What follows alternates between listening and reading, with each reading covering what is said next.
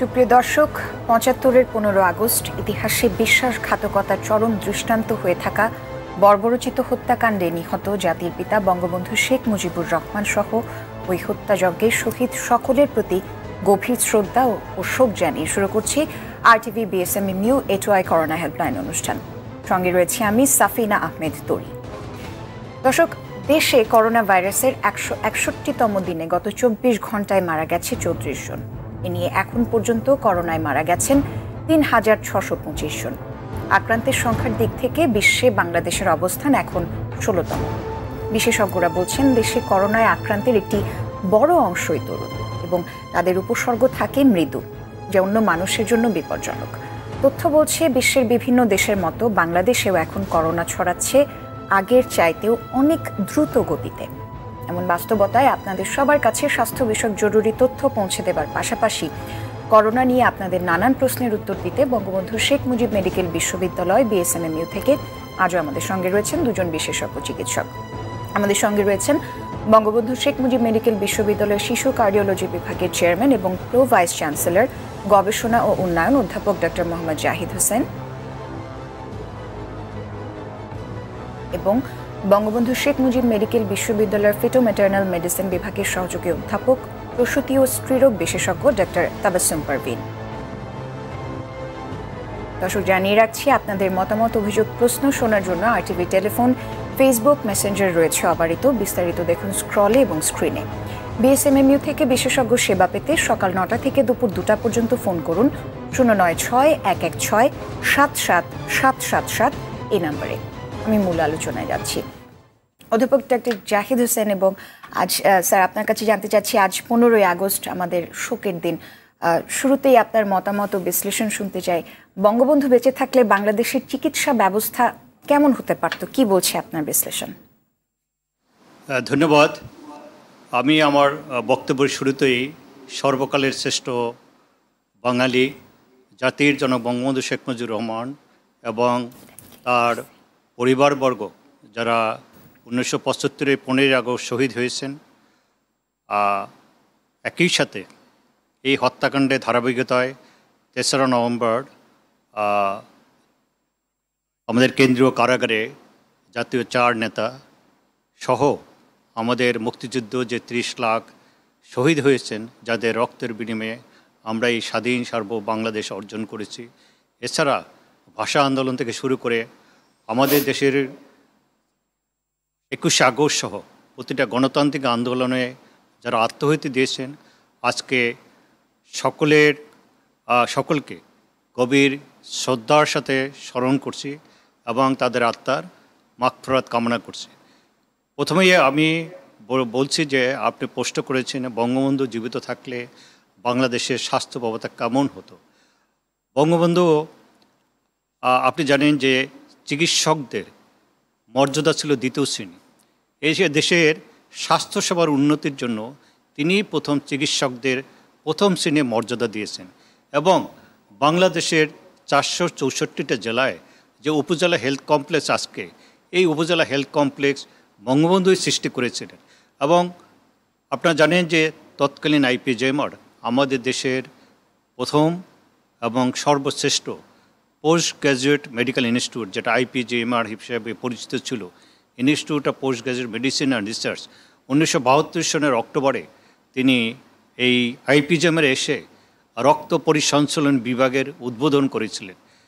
এমনি ধারাবাহিকভাবে জনগণের প্রতিটা ক্ষেত্রে যাতে স্বাস্থ্যসেবার উন্নতি হয়, সেই কারণে তিনি পদক্ষেপ নিয়েছিলেন এবং এই IPJMR এর মাধ্যমে আপনারা সকলেই জানেন আমাদের দেশের অত্যন্ত স্মরণীয় বরণীয় চিকিৎসক জাতীয় অধ্যাপক নুরুল ইসলামকে তিনি এই হোটেল শাহবাগ নামে যেটা পরিচিত ছিলেন, সেটাকে তিনি দান করেছিলেন এই IPJMR প্রতিষ্ঠা করার জন্য।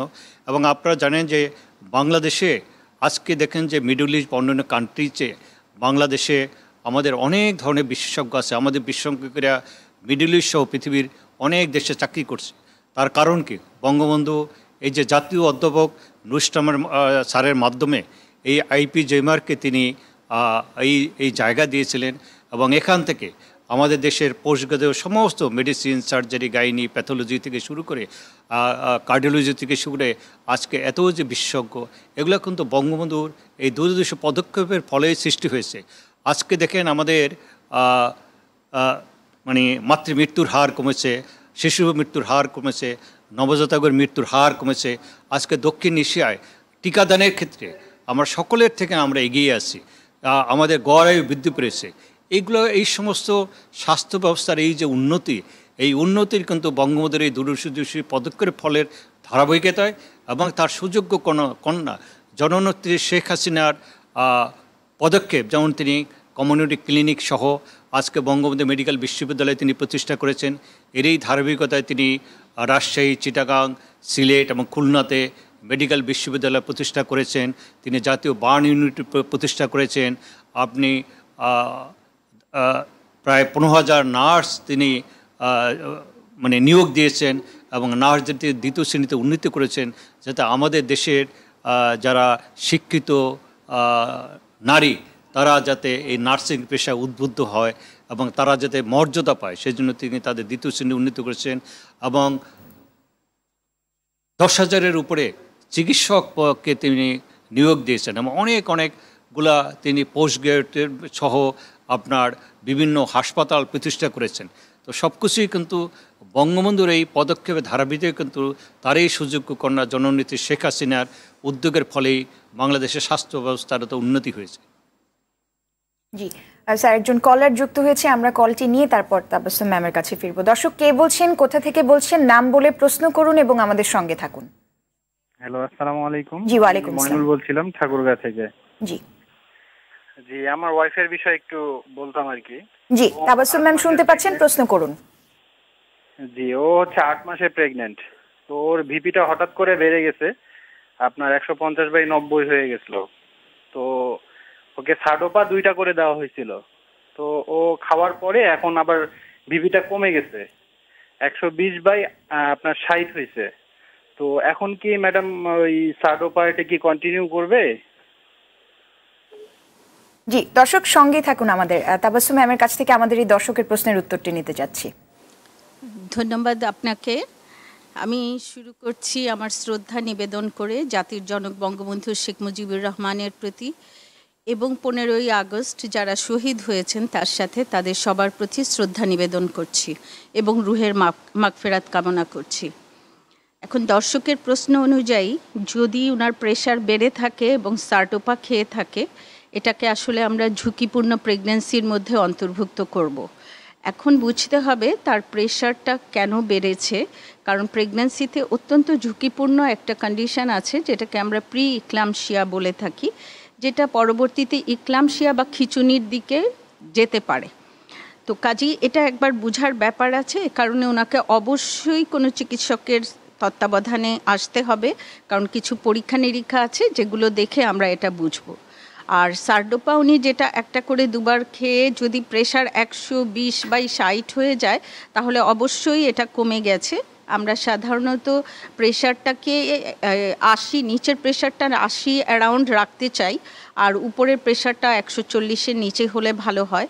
তো এই রক্তচাপে আমি মনে করি যে 120/60 হলে তার ওষুধ কমানোর প্রয়োজন হবে। কিন্তু আমি আবারও বলবো যে আপনি আপনার সিদ্ধান্তগুলো নেবেন না, দয়া করে কাছে ধারের কোনো স্বাস্থ্যকেন্দ্রে আসেন, অথবা আপনি আমাদের টেলিমেডিসিন সেবা চালু আছে, সকালের দিকে ফোন করে আমাদের পরামর্শ নিলে আমার মনে হয় ভালো হবে। ধন্যবাদ আপনাকে। জি ম্যাম, আবারও আপনার কাছে ফিরছি। আপনার কাছে জানতে চাচ্ছি যে আমরা এখন করোনার কোন পর্যায়ে রয়েছি এবং আসলে কোন দিকে এগোচ্ছি, আপনার বিশ্লেষণ শুনতে চাই সে বিষয়ে। এবং একই সাথে ভার্টিক্যাল ট্রান্সমিশন নিয়ে অনেক বেশি লেখালেখি হচ্ছে আন্তর্জাতিক মেডিকেল জার্নালসগুলোতে, সে বিষয়ে আমাদেরকে একটা ধারণা দেবেন। ধন্যবাদ আপনাকে। আবার আপনি জানতে চাচ্ছিলেন আমরা করোনার কোন পর্যায়ে আছি। এটা একেবারে স্ট্রেইট ওয়ে একদম বলে দেওয়াটা খুব কঠিন। আমরা 23 এপ্রিলের পরের থেকে দেখেছি যে করোনার ইন্টেন্সিটি বলেন বা ইনসিডেন্স বলেন অত্যন্ত দ্রুত হারে বেড়েছে। গ্রাফটার দিকে তাকালে আমরা দেখব যে এটা একটা শার্প রাইজ হয়েছে, সেই মৃত্যুর ক্ষেত্রেও কিন্তু। তো এখন যেটা আমরা দেখছি যে বেশ কিছুদিন ধরে এটা একটা প্ল্যাটিউ বা একই জায়গায় আছে, 20-23% মধ্যে ঘোরাফেরা করছে। মৃত্যুর হার ওই একই রকমই আছে, অ্যারাউন্ড 1.1 থেকে 1.5% এরকম ঘুরছে। তো সমস্যাটা যেটা হলো, আমাদের এখন টেস্ট হচ্ছে খুবই কম। তো আমাদের টেস্টের উপরে নির্ভর করলে আসলে আমরা বলতে পারতাম যে কী অবস্থায় আমরা আছি। অ্যাপারেন্টলি যদি বলি আমরা, তাহলে বলতে পারি যে মেবি আমরা স্থিতিশীল পর্যায়ে আছি। তারপরও আমি সরাসরি এ ব্যাপারে কোনো কিছু বলতে চাই না, কারণ আমাদের কিছু গ্যাপস আছে, সেগুলো যদি আমরা টেস্টের মাধ্যমে অনেক টেস্ট করলে আসলে আমরা বলতে পারতাম যে আমরা কোন পর্যায়ে আছি। তবে কিছুটা আমরা ভালো পর্যায়ে আছি, যেহেতু বাড়ছে না। আমি যেটা বলেছিলাম যে গ্রাফটা শার্প রাইজ করেছে 23 এপ্রিলের পরে থেকে, সেইভাবে কিন্তু গ্রাফটা এখন আর রাইজ করছে না। তো এই হলো আমাদের এখনকার পরিস্থিতি বেসিক্যালি। আর ভার্টিক্যাল ট্রান্সমিশন নিয়ে কথা বলবার মতো একেবারে সুনির্দিষ্টভাবে কিছু নাই। কিছু কিছু জায়গায় আমাদের যে স্টাডিগুলো আমাদের হাতে এসেছে বিভিন্ন জায়গা থেকে, খুব অল্প সময়ের, তো 6 মাসের মতো আমাদের ভাইরাসটা এসছে। এখনই ট্রান্সমিশন বলাটা খুব কঠিন। কিছু কিছু স্টাডি বলেছে ট্রান্সমিশন আছে, কিছু কিছু স্টাডি বলেছে ট্রান্সমিশন নাই। অ্যাজ এ হোল যদি আমি বলি, ভার্টিক্যাল ট্রান্সমিশন বা মা থেকে শিশুতে যাবার ঝুঁকিটা একটু কমই আছে, খুব বেশি নয়। তবে দেখা গেছে যে বাচ্চারা যে ট্রান্সমিশন হচ্ছে, এটা ভার্টিক্যাল ট্রান্সমিশন নাকি এটা মায়ের থেকে কন্ট্যাক্ট থেকে হচ্ছে, এটা নিয়েও কোশ্চেন এসেছে। বলা হচ্ছে যে মা এবং কন্ট্যাক্ট থেকে শিশুরা বা নবজাতকরা বেশিভাবে অ্যাফেক্টেড হচ্ছে, কারণ মায়ের যে গর্ভফুল, পানি, এগুলো পরীক্ষা করে খুব বেশি ওখানে করোনার ইনসিডেন্স দেখা যায়নি। ওখান থেকে ধরে নেওয়া হচ্ছে মেবি যদি হয়েও থাকে, এটা transmission risk is low, not that much. ধন্যবাদ ম্যাম। ফিরবো আপনার কাছে আবার। আমি জাহিদ স্যারের কাছে আসতে চাচ্ছি। স্যার, আমরা কি করোনা ভাইরাসের সেকেন্ড ওয়েভের মধ্যে রয়েছি, নাকি সামনে আমাদের জন্য সেকেন্ড ওয়েভ অপেক্ষা করছে, এবং তা আমাদের জন্য আসলে কতটুকু ভয়াবহ হতে পারে এই পর্যায়ে এসে? আমার সাথে ডাক্তার তাবাসসুম পারভীন, সহযোগী অধ্যাপক গাইনি, তিনি বলেছেন যে আমরা আসলে একটা জিনিস, যেই জিনিসটা হলো যে আমি এর আগেও বলেছি যে আমাদের ধরেন 56,000 বর্গমাইলের বাংলাদেশ, কিন্তু আমাদের জনসংখ্যা 17-18 কোটি। সুতরাং জনসংখ্যার ঘনত্ব আমাদের দেশে অনেক বেশি। তো আমেরিকা দেখেন আমাদের চেয়ে 100 গুণ বেশি, কিন্তু ওদের জনসংখ্যা 30-32 কোটি আমার জানা মতে। ভারত আমাদের চেয়ে 25 গুণ বেশি, কিন্তু জনসংখ্যা 7-8 গুণ বেশি। তো সেই তুলনায় একটা জিনিস আমরা বলতে পারছি যে আমাদের এখানে সংক্রমণ হয়েছে, কিন্তু সংক্রমণটা একসময় বাড়ছে, এখন একটা পর্যায়ে আছে, সেটা এখনও মানে স্থিতিশীল, খুব বাড়েনি তা না। তবে আবার একটা জিনিস আছে যে গতকালকেই আমি টিভিতে দেখলাম যে নিউজিল্যান্ডে তারা অকল্যান্ডের আরও 12 দিন তারা লকডাউন বৃদ্ধি করেছে। বাংলাদেশের প্রেক্ষাপটে আমরা সেই প্রেক্ষাপটে আমরা সেইভাবে লকডাউন বৃদ্ধি করতে পারছি না। সুতরাং আমাদের এই যে ঘনবসতি এবং আমাদের মানুষের এই যে আপনার খেটে খাওয়া মানুষের সুযোগ দেওয়ার জন্য আমরা ওরকম আমেরিকা বা ইউরোপের সম্পদশালী দেশ না। সুতরাং আমাদের অর্থনৈতিক স্থিতিশীলতা বজায় রাখার জন্য এবং আমাদের যে উন্নয়ন কর্মকাণ্ড সেগুলো বজায় রাখার জন্য আমাদেরকে সব কিছু স্বাভাবিকভাবে চালু রাখতে হচ্ছে। সেই কারণে আমরা কিছুটা হইলেও আমরা ঝুঁকির ভিতরে আছি। এবং কিছুদিন আগে আপনার কোরবানি হয়ে গেল, ঈদুল আজহা হয়ে গেল, সেখানে অনেক পশু কোরবানি হয়েছে, সেইটারও একটা আমাদের জন্য কিছুটা হইলেও বিপদ ছিল এবং লোকজন বাড়ি গিয়েছে। সেখানে আপনারা দেখছেন যে বাস টার্মিনাল, ফেরিঘাট, মানুষের গাদাগাদি এবং মানুষ মাস্ক পরছে না, সোশ্যাল ডিস্টেন্সিং মেনটেন করছে না। সব কিছু মিলে আমাদের দেশে ঝুঁকি তো আছে। তো তারপরও একটা আশার কথা হলো, আমি যেটা চিকিৎসক হিসেবে বলছি যে আমাদের সংক্রমণটা কিন্তু জনসংখ্যার অনুপাতে, ইউরোপ আমেরিকায় জনসংখ্যার অনুপাতে আমেরিকায় যত বেশি হয়েছে, বাংলাদেশের জনসংখ্যার অনুপাতে সেই তুলনায় কিন্তু বেশি হয়নি। এবং আর একটা আশার কথা হলো যে আমাদের দেশে কিন্তু যতটা আমরা পরীক্ষা করছি সেই তুলনায় মৃত্যু হারও কিন্তু অত বেশি না। সারা পৃথিবীর তুলনায়, এমনকি পার্শ্ববর্তী ভারতের তুলনায়ও যদি আমরা তুলনা করি, পাকিস্তানের তুলনা করি, আমাদের মৃত্যু হার কিন্তু অত বেশি না। তো সেই কারণে আরেকটা জিনিস হলো যে যেটা বলছি যে সংক্রমণটা একটা পর্যায়ে, এবং আজকে দেখছেন যে 34, তার মানে এর আগে 40-50ও প্রতিদিন মৃত্যুবরণ করছে সরকারি তথ্য অনুযায়ী। তার মানে এই সংক্রমণ এবং মৃত্যু হার কোনোটাই বাড়েনি।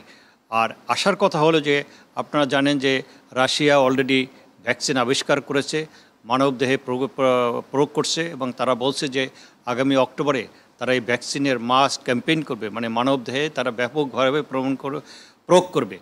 আর আপনার ওয়ার্ল্ড হেলথ অর্গানাইজেশন, আমি গতকালকেই দেখলাম যে ওয়ার্ল্ড হেলথ অর্গানাইজেশন বলছে যে তারা রাশিয়ার এই ভ্যাকসিনটার কার্যকারিতা তারা পরীক্ষা করে দেখবে। এবং 2-3 দিন আগেই দেখলাম যে ডোনাল্ড ট্রাম্প মডার্না নামে একটা কোম্পানির সাথে 1.5 বিলিয়ন মানে ভ্যাকসিন কেনার ব্যাপারে চুক্তি করেছে। অক্সফোর্ডের ভ্যাকসিনও আপনার এই নভেম্বর-ডিসেম্বরের ভিতরে চলে আসার কথা। এবং সারা পৃথিবীতে প্রায় আমার জানা মতে 200টা কোম্পানি এই দেশ এবং কোম্পানি এই ভ্যাকসিন আবিষ্কারের চেষ্টা করছে। এবং সর্বোপরি আমরা এটা প্রত্যাশা করব যে বাংলাদেশের যেন দ্রুততম সময়ে সেটি পৌঁছে। একজন কলার যুক্ত হয়েছেন আমাদের সঙ্গে, সেজন্য থামাতে হলো আপনাকে। আমরা কলটা নিয়ে আবারও আপনার কাছে ফিরছি। দর্শক, কে বলছেন, কোথা থেকে বলছেন, নাম বলে প্রশ্ন করুন এবং আমাদের সঙ্গেই থাকুন। আমি মাহবুব দিনাজপুর থেকে বলছি। জি, শুনতে পাচ্ছি আপনাকে, প্রশ্ন করুন। আমার প্রশ্ন হলো যে আমার বাচ্চার বয়স হলো 2 মাস 8 দিন, তার ওজন 3 কেজি 700 গ্রাম। এখন তার কিছু সিমটম দেখা দিয়েছিল, যার কারণে তাকে একটা পরীক্ষা দেওয়া হয়েছিল TSH, যেটা হাই, লেভেলটা হাই। এখন ডাক্তার আমাকে থাইরিন 25 দিছে প্রতিদিন সকালে খাওয়ানোর আধা ঘন্টা করে। এখন প্রতিদিন খাওয়ালে আপনার এই হাইটার লেভেলটা আপনার রিকভারি বা আসলে এটা কি ধরনের সমস্যা হইতে পারে? জি দর্শক, আপনি আমাদের সঙ্গেই থাকুন। আমি ডাক্তার জাহিদ স্যারের কাছ থেকে আমাদের এই দর্শকের প্রশ্নের উত্তরটি নিতে চাচ্ছি। প্রশ্নটা ভালো বোঝা যায়নি। দর্শক, আপনি কি আমাদের সঙ্গে রয়েছেন? জি জি জি জি, আপনি স্পষ্ট করে প্রশ্নটি আরেকবার করুন, স্যার শুনতে পাননি। প্রশ্নটা হলো যে এই টিএইচ লেভেলটা যে হাই, এটার জন্য আমাকে থাইরিন 25 দিছে প্রতিদিন সকালে আধা ঘন্টা আগে, খাওয়ার আধা ঘন্টা আগে পেটটা করে। হ্যাঁ, এখন প্রশ্ন যে এটা কতদিন পর্যন্ত খাওয়ালে আমার এই লেভেলটা মানে অ্যাকুরেট চলে আসবে আর কি, আর এটার কারণে কি ধরনের সমস্যা হতে পারে? টিএইচ লেভেল হাইটার কারণে বাচ্চার কি ধরনের সমস্যা হতে পারে? থাইরক্সিন, বুঝতে পারছি আমি। থাইরক্সিন আপনার যদি আপনার স্বল্পতা থাকে সেই ক্ষেত্রে টিএইচএস বাড়ে। সেটা আমরা পরীক্ষা করে টিএইচএস করি, T3 T4 করি, এবং অনেক সময় T3 FT4 যে সেই পরীক্ষাটা আমরা করে দেখি যে তার থাইরক্সিন লেভেলটা নর্মাল আছে কিনা। যদি থাইরক্সিন লেভেল তার নর্মাল না থাকে তাহলে অনেক সময় সারা জীবনেই তাকে এই থাইরক্সিন প্রতিদিন নিতে হবে। তবে যেটা হলো যে থাইরক্সিনের সাইড এফেক্টে বেশি হলে অস্থিরতা হতে পারে, পালপিটেশন হতে পারে, ঠিক আছে। সেজন্য এটা পরীক্ষা করে দেখতে হয় যে তাই এই যে এটা তো একটা ডোজ আছে, সেই বাচ্চার যে ওজন, সে ওজন অনুযায়ী এবং যে ডোজ অনুযায়ী তাকে খেতে হবে। সাধারণত যে ডোজের ভিতরে খেলে সেরকম অসুবিধা হয় না। আস্তে আস্তে ঔষধটা খেলে শরীরের সাথে যে কোনো ঔষধেই প্রথম একটু অসুবিধা হইতে পারে, কিন্তু আস্তে আস্তে ওই ঔষধটা খেতে খেতে একটা অ্যাডাপ্টেশন চলে আসে। সুতরাং আর এটা তাকে কন্টিনিউ করতে হবে বিশেষজ্ঞ চিকিৎসকের পরামর্শ অনুযায়ী। অনেক সময় সারা জীবনেও খেতে হয় যদি এটা স্বল্পতা শরীরে থাকে। ধন্যবাদ। ধন্যবাদ স্যার। আমাদের RTV ফেসবুক মেসেঞ্জারে করোনা হেল্পলাইনে একটি ভিডিও বার্তা এসে পৌঁছেছে, আমরা সেই প্রশ্নটি নিব। আসসালামু আলাইকুম। তো আমার একটা প্রশ্ন ছিল যে আমার একজন রোগী আছে, তার হচ্ছে কি যে শুলে মানে কি কাশিটা বাড়ে, অর্থাৎ গলা চুলকায় প্রচুর পরিমাণে, মাত্রাতিরিক্ত গলা চুলকায় এবং অ্যালার্জি জনিত সমস্যা। তো এইটার থেকে পরিত্রাণ পাওয়ার একটা সলিউশন যদি দিতেন তো উপকৃত হতাম। জি, আমি ডাক্তার তাবাসসুম ম্যামের কাছ থেকে এই দর্শকের প্রশ্নের উত্তরটি নিতে যাচ্ছি। আচ্ছা, ধন্যবাদ আপনাকে। শুয়ে থাকলে কাশি বাড়লে কিছু হার্টের প্রবলেম থাকতে পারে অথবা লাংসেরও প্রবলেম থাকতে পারে। মেনলি আমরা হৃদরোগের কথা চিন্তা করে থাকি, কাজে শুলে কাশি বাড়ে এটা একটা খুব ইম্পর্টেন্ট ক্লু তার জন্য। তাহলে ওনাকে যেটা করতে হবে, একজন হৃদরোগ অ্যাটলিস্ট একজন মেডিসিন বিশেষজ্ঞকে উনি একটু দেখিয়ে নিতে পারেন। আর অ্যালার্জির জন্য হয়ে থাকলে যে কোনো অ্যান্টি অ্যালার্জিক ওষুধগুলো উনি খেতে পারেন, অ্যালাট্রল জাতীয়। এবং আরেকটা আমরা এইসব পেশেন্টদের যাদের ক্রনিক কাশি থাকে তাদেরকে দিয়ে থাকি, সেটা হলো মন্টিলুকাস্ট জাতীয় ওষুধগুলো। এটা 10 মিলিগ্রাম উনি রেগুলার একটা করে খেতে পারেন। তবে আমি অবশ্যই পরামর্শ দিব উনি যেটা বলেছে, কারণ ওনার আসলে হার্ট এবং লাংস দুটোই পরীক্ষা করে দেখতে হবে সমস্যাটা কোথায় আছে, তারপরে একটা ডেফিনিটিভ ওষুধ দেওয়া যেতে পারে। ধন্যবাদ আপনাকে। ম্যাম ধন্যবাদ। কাজল নামে একজন ফেসবুক ইউজার আমাদের কাছে প্রশ্ন করেছেন, অ্যাবনর্মাল বা প্রতিবন্ধী শিশু জন্ম হবে কিনা গর্ভকালীন অবস্থায় জানার কোনো উপায় রয়েছে কিনা? ডাক্তার তাবাসসুম ম্যামের কাছ থেকে আবারও এই প্রশ্নের উত্তরটি নিতে চাচ্ছি। হ্যাঁ, অবশ্যই আছে। আমার সাবজেক্টও এটা, আমরা ফিটোম্যাটার্নালে কাজ করছি। তো এটা যেটা হলো, প্রথম থেকে আমরা গর্ভের 11 সপ্তাহ থেকে 13 সপ্তাহ 6 দিনের মধ্যে একটা আলট্রাসোনোগ্রাম করে থাকি, এবং সেখানে কিছু কিছু প্যারামিটার্স আছে যেগুলো দেখে আমরা বুঝতে পারি যে এই গর্ভস্থ শিশুটির ভবিষ্যতে কোনো জন্মগত ত্রুটি হতে পারে কিনা বা আছে কিনা। তো এরকমটা যদি দেখে থাকি আমরা, এবং আরও কিছু টেস্ট আছে, তাহলে একেবারে গর্ভস্থ শিশুর যে সমস্ত কমন অ্যাবনর্মালিটিস কনজেনিটাল, সেগুলো আমরা কিন্তু বিভিন্ন টেস্টের মাধ্যমে একেবারে সুনির্দিষ্ট করে বলতে পারি, যেটাকে আমরা কোরিয়নিক ভিলাস স্যাম্পলিং বলি বা অ্যামনিওসিনথেসিস বলে থাকি। অর্থাৎ গর্ভস্থ শিশুর কিছু অংশ ফুল অথবা পানি নিয়ে বলা যায় যে গর্ভস্থ শিশুটির ডাউন সিনড্রোম, অ্যাডওয়ার্ড সিনড্রোম, মানে যেগুলো কমন কনজেনিটাল অ্যাবনর্মালিটিস, থ্যালাসেমিয়া, এগুলো নির্ধারণ করা সম্ভব। এরপরে যেটা হয়, আমরা একেবারে এটা এখন রুটিন আমাদের গর্ভস্থ মায়েদের চিকিৎসার জন্য, সেটা হলো 18 থেকে 22 সপ্তাহের মধ্যে একটা ডিটেইলস আলট্রাসোনোগ্রাম করা।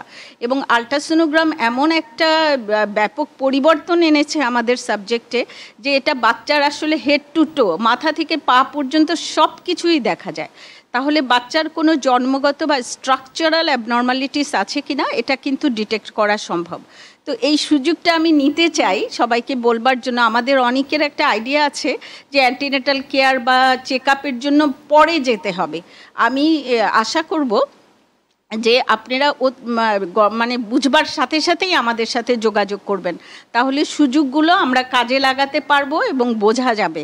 তো এক কথায় বলা যায়, হ্যাঁ, গর্ভস্থ শিশুর জন্মগত ত্রুটি নির্ণয় অনেকাংশেই সম্ভব, অলমোস্ট 80% কেসেই। ধন্যবাদ আপনাকে। অসংখ্য ধন্যবাদ ম্যাম, অত্যন্ত গুরুত্বপূর্ণ একটা বিষয় আমাদের সামনে তুলে ধরেছেন। আমরা একদম অনুষ্ঠানের শেষ পর্যায়ে চলে এসেছি। আমি ডক্টর মোহাম্মদ জাহিদ হোসেন স্যার এবং ডক্টর তাবাসসুম পারভিন ম্যাম, আপনাদের দুজনকে অসংখ্য ধন্যবাদ জানাচ্ছি আমাদের অনুষ্ঠানে যুক্ত হওয়ার জন্য এবং এই মূল্যবান পরামর্শগুলো এই করোনাকালীন সময় আমাদের দর্শকদের উদ্দেশ্যে তুলে ধরবার জন্য। দর্শক, RTV BSMMU A2I corona helpline আজকে এ পর্যন্তই। আগামীকাল রাত 9টায় আবার অনুষ্ঠানটি দেখার আমন্ত্রণ রইল। সবাই ভালো থাকুন, সুস্থ থাকুন, সব থেকে বড় কথা স্বাস্থ্যবিধি মেনে চলুন।